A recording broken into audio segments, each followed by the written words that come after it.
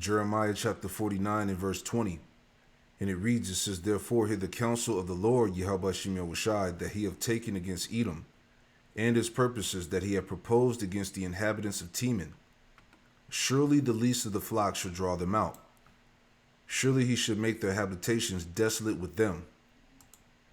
All right, Shalom.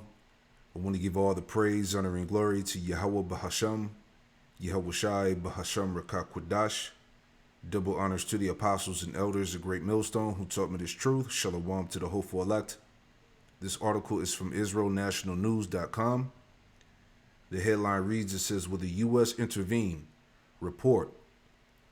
Trump weighing new strike options on Iran. Okay, Babylon the Great, which is America, is being drawn into nuclear war. All right, World War III.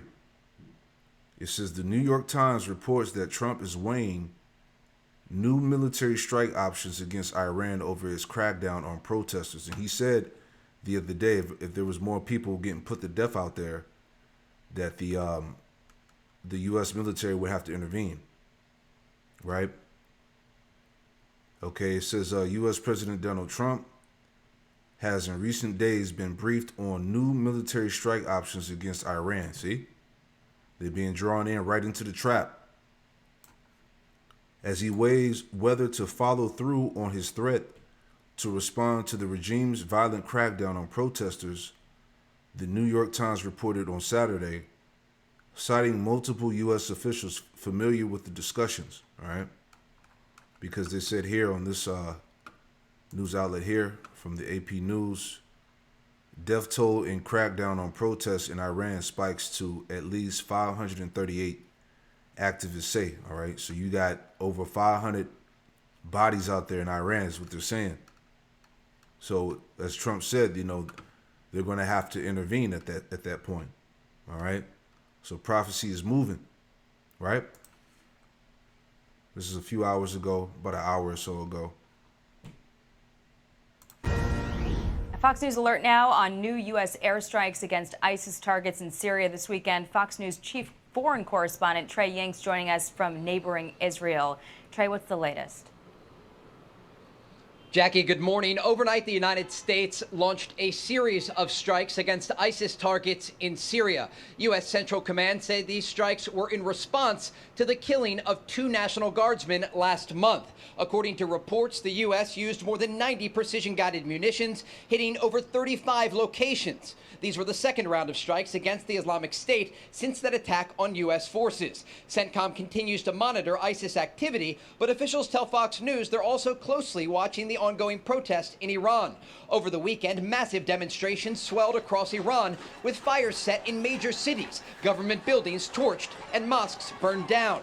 For the third day, Iranian officials have shut down the internet access there, but with Starlink satellite uplinks, some images and information are trickling out, including reports that security forces have opened fire on protesters in multiple cities. Crowds in northern Tehran chanted, "Down with the dictator, long live the Shah."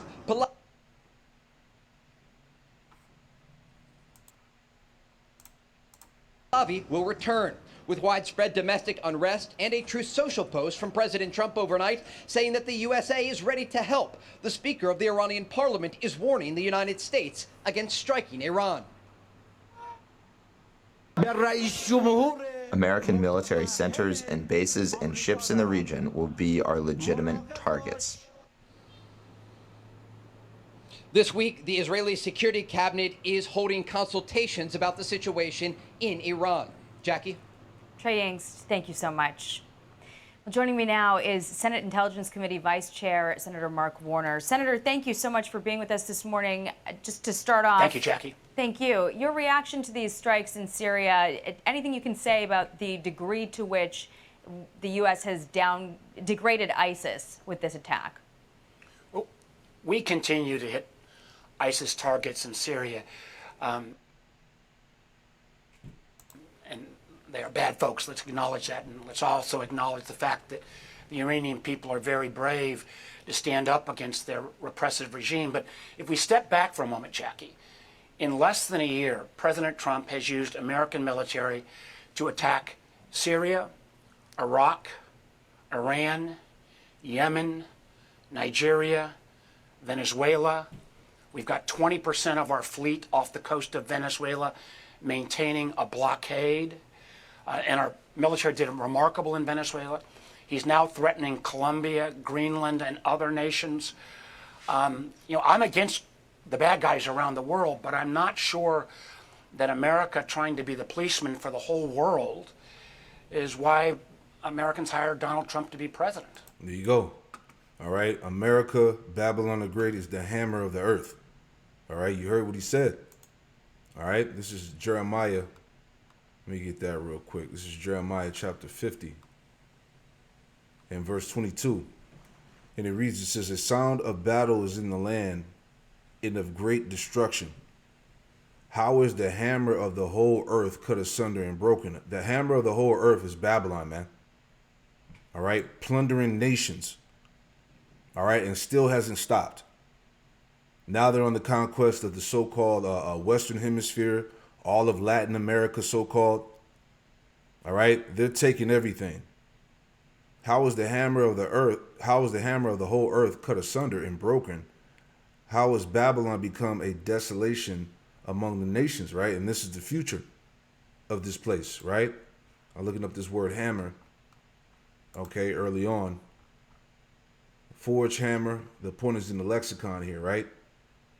Metaphorically, Babylon, Jeremiah 50 and 23 is called the hammer, i.e. devastator of the whole earth, all right? Babylon is the devastator of the whole entire planet, bro. All right? No way around that. Okay? Let's go back. Jeremiah 50 and 24, I have laid a snare for thee, and thou art also taken, O Babylon, and thou was not aware. Thou art found and also caught, because thou hast striven against the Lord, Yahweh Shemel Shai. And now is the time. Right? Just add some more on that point that the Edomite was saying about, conquering all these different countries. All right? Habakkuk 2 and 5. All right? Just to add more onto the point of this place, Babylon, being the hammer.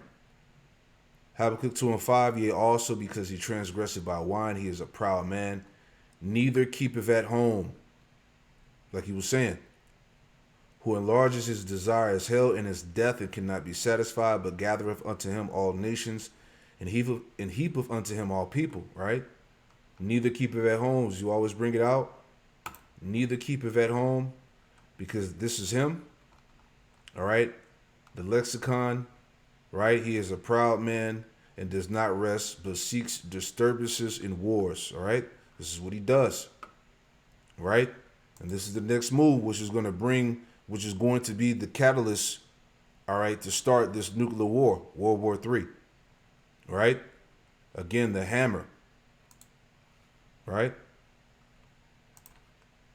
This attack.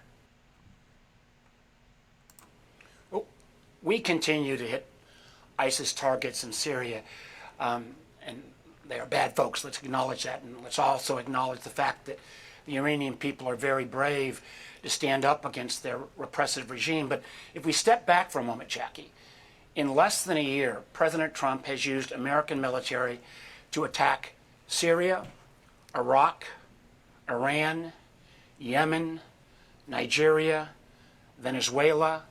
We've got 20% of our fleet off the coast of Venezuela maintaining a blockade. And our military did remarkable in Venezuela. He's now threatening Colombia, Greenland, and other nations. I'm against the bad guys around the world, but I'm not sure that America trying to be the policeman for the whole world is why Americans hired Donald Trump to be president. There have been no shortage of Republicans saying that there's a lot of presidential authority for those kinds of strikes that date back to Democratic administrations too. But on Iran specifically, the Times of Israel is reporting that Prime Minister Benjamin Netanyahu spoke with Secretary of State Marco Rubio, that President Trump is, quote, seriously considering authorizing a strike on Iran amid this crackdown and the internet blackout there. In your opinion, is the regime at a breaking point? And at what point should the U.S. get involved?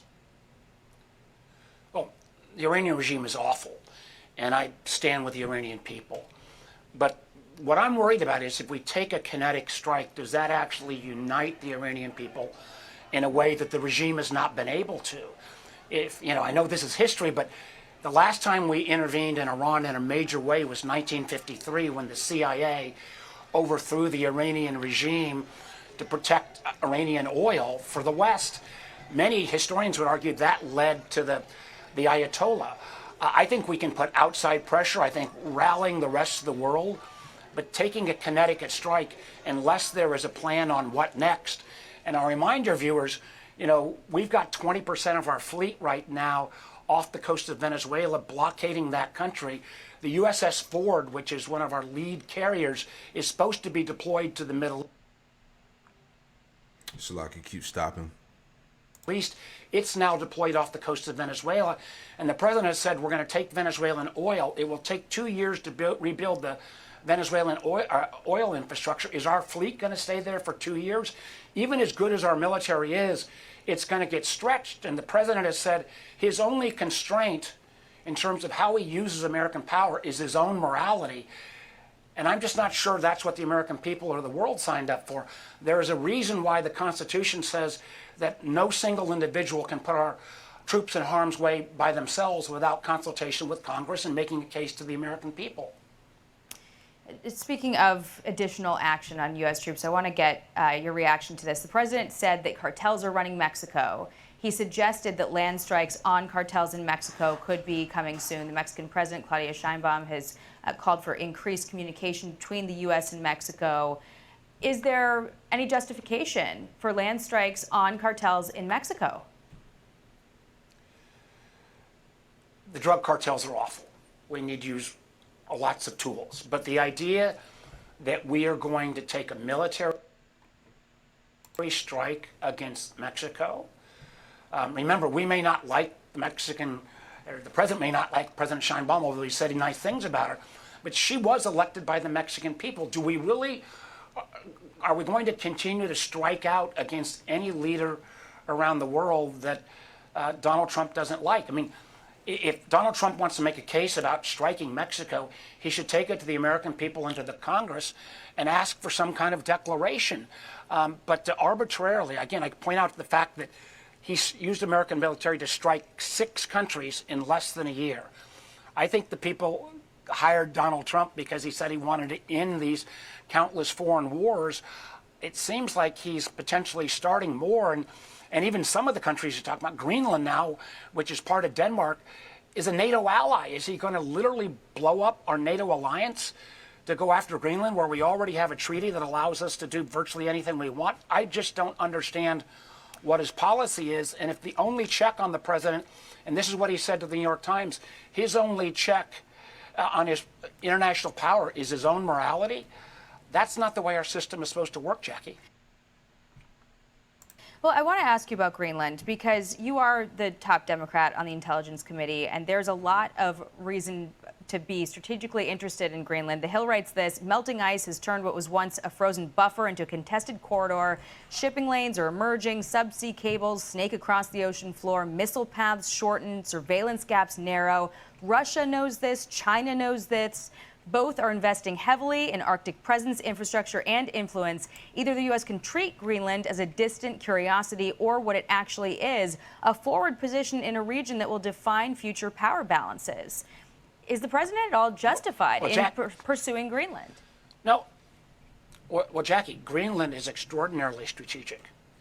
And we have a treaty with Denmark that gives us right to virtually do anything we want in Greenland. But the idea that he's now threatening Denmark, which Greenland is part of, which is a NATO ally, if he were to take an action against Greenland, that would completely destroy NATO.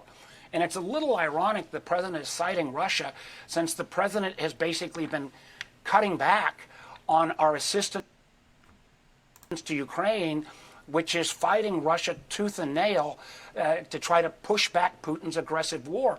How does he, on one hand, say he's concerned about Russia in Greenland, but not concerned about Russia in Ukraine, where the Ukrainians are fighting in many ways the NATO's fight?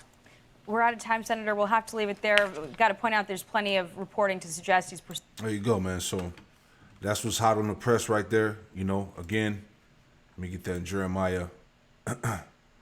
This is Jeremiah 50 and 45. All right, as we read earlier in Jeremiah 49 and 20.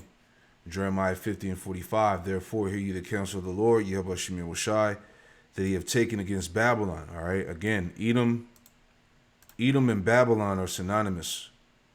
All right, still talking about the same people here. The Edomites, Babylon, America, Mount Seir. All right, Assyria. Okay, all tied back to Esau, Edom. All right, that he've taken against Babylon, and his purposes that he have proposed against the land of the Chaldeans. Surely the least of the flock should draw them out. Surely he should make their habitation desolate with them. At the noise of the taking of Babylon, the earth is moved, and the cry is heard among the nations, man. Hey, the destruction of Babylon is going to be known across the world soon to come, man. All right? But it's at the door. All right, Joel. Let me get that real quick. Joel 1 and 15. All right. Joel 1 and 15. Alas for that day. Alas for the day of the Lord, Yehovah Shemir Washai, is at hand. And as the destruction from the Almighty shall it come. All right. Right at the door. Okay. I was thinking about that one in 1 Thessalonians as well. All right, 1 Thessalonians 5 and 3. 1 Thessalonians 5 and 3.